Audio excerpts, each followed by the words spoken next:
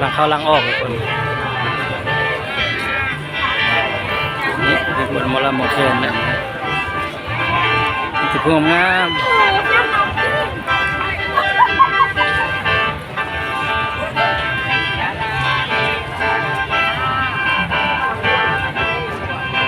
ใครที่มาหาลูกสาวเรียนเลยที่ทำหม่ำกรรมการที่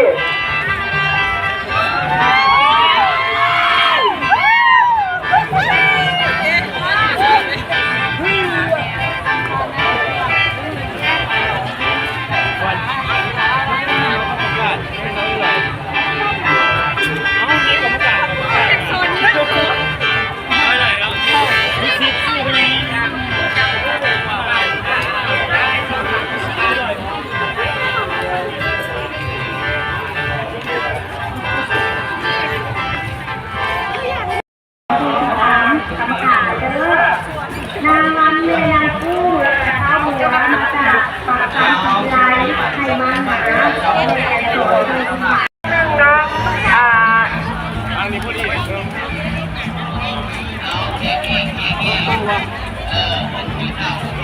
ประกาศหานางวันและเท้าหัวมาจากบ้านปากจันทร์ศรีวิไลให้มาหาแม่ไก่สอนอยู่ที่จุดประกาศสัมพันธ์ในเด้อปัจจุบันนี้แม่ไก่สอนได้มาถามฉัน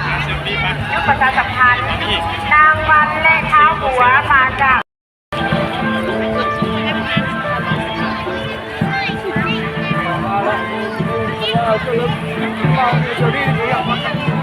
ยุ่งหลังคายุ่งหลังคาเป็นไง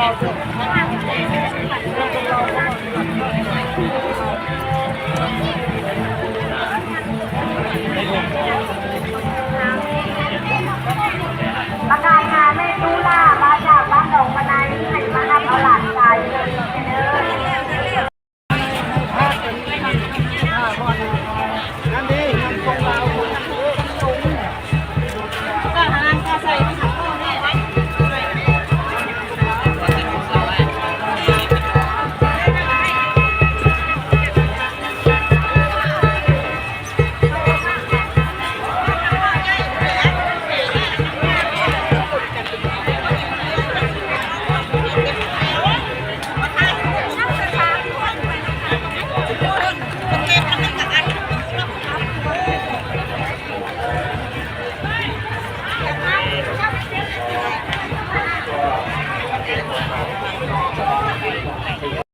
พี่น้องเลยตอนนี้คนหลายเนาะเดี๋ยวสิไปหารอท่ายนี่พี่น้องเอาเบิ่งทางบ้านคนที่บ่ได้มาเนาะเดี๋ยวจิตท่าพี่น้องรอบเบิ่งเลย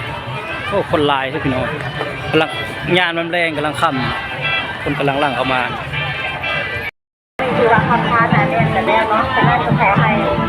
จะเป็นในการฝึกนิ้วฝึกแขนเรื่องการคัดห้าเองมันป้าหน้าอ่านกระไดเนาะเรื่องคดีนี้เรื่องนี้ครอบครัวที่พาแต่มาได้ให้เกิดการทะเลาะกันคัดเลยมาให้มาเจจะได้ที่ผ่านกรรมการแต่มากันที่การรักษาทรัพย์สินของตัวเองเนาะเพราะว่าในแต่ละปีงานส่วนใหญ่ของเราก็อาจจะมีบรรยากาศที่มันเกิดขึ้นก็คือที่สถานที่จุดเนาะอาจจะมีการแหกกระเป๋าหรือว่าปาดกระเป๋าซึ่งการมันจะมีเกิดขึ้นมาแล้วในเมื่อวานเมื่อก่อนเนาะฉะนั้นจะขอให้สติในการรักษาทรัพย์สินของตัวเองออกไปนำไปสู่การเดินเองเรื่องการของตัวเองนะคะกำลังแห่เนาะแรง